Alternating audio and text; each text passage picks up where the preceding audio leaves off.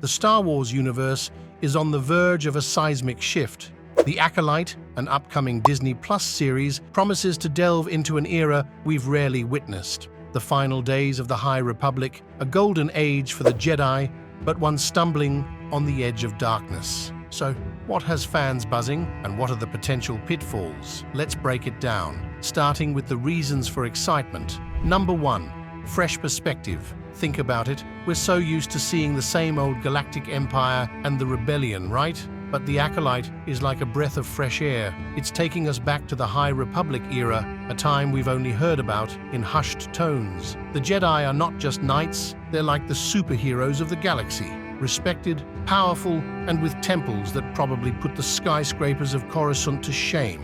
And the Sith? We're going to see them before they became the poster villains of the galaxy. Number 2. Complex characters. Now, this is where it gets juicy. We've seen our fair share of strong characters in Star Wars, but the Acolyte is promising to shake things up. We're not just talking about your run-of-the-mill heroes and villains, we're talking complex, layered personalities. Strong female characters leading the charge is not just refreshing, it's necessary. And they're not just on the good side, we're getting a Sith apprentice who's got more layers than an onion. It's about time we saw the shades of grey in the Force. Number 3. Innovative storytelling, and let's not forget the storytelling. The Acolyte isn't just going to throw lightsaber battles and space chases at us. No, it's going to make us think, feel, and maybe even question our own morals. Shows like Andor have shown us that a good story trumps flashy effects any day, and the Acolyte seems to be following in those footsteps. Meanwhile, there are some serious concerns about the show too.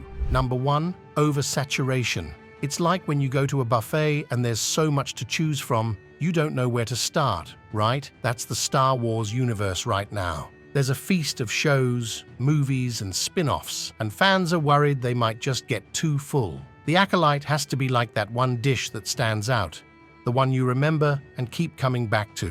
But with so many options on the table, it's got to have that special zing to catch everyone's attention.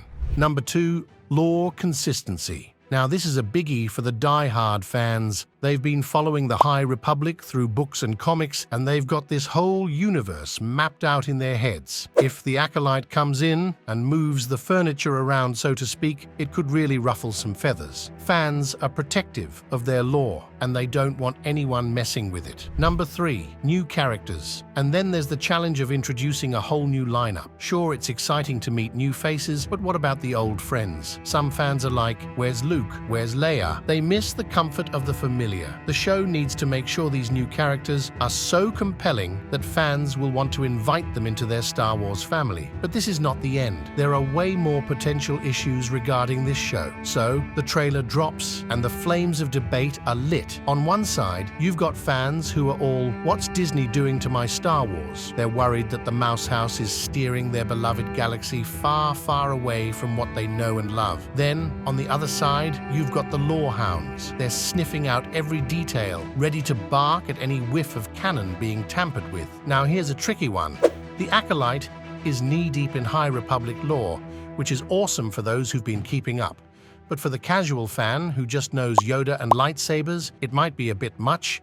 You'll get the gist, but the nuances fly over your head. However, the creators are trying their best to make it accessible for everyone. But will the casual viewers feel like they're part of the club, or will they just nod along and smile? And then there's the chatter about the trailer looking a bit underwhelming. Some fans are squinting at their screens going, is this a galaxy-saving budget we're looking at? The concern is that if the trailer looks cheap, what does that say about the show? Fans are crossing their fingers that it's not a sign of things to come, but just a little hiccup on the path to greatness. Alright, now is the time to get into the real nitty-gritty of what the Star Wars community is saying about the show. Fans are over the moon, or should I say, over the Death Star, about diving into this relatively untouched part of the galaxy's history. It's like everyone's been given a new Star Wars toy, and they can't wait to play with it. But not everyone's ready to party on Endor just yet. The community is as split as the Senate in the prequels. Some are throwing their hands up, cheering for the fresh direction, while others are stroking their chins, wary of the changes and how they might shake up the lore they hold dear. year. Now, the real talk of the town is a new writer for the show who hadn't seen Star Wars before joining the team. Some fans are applauding, saying it's a bold move that'll bring fresh eyes to the franchise. Others are scratching their heads, wondering if you can really capture the essence of Star Wars without having lived it. It's a gamble, like trusting a Gungan with a secret mission.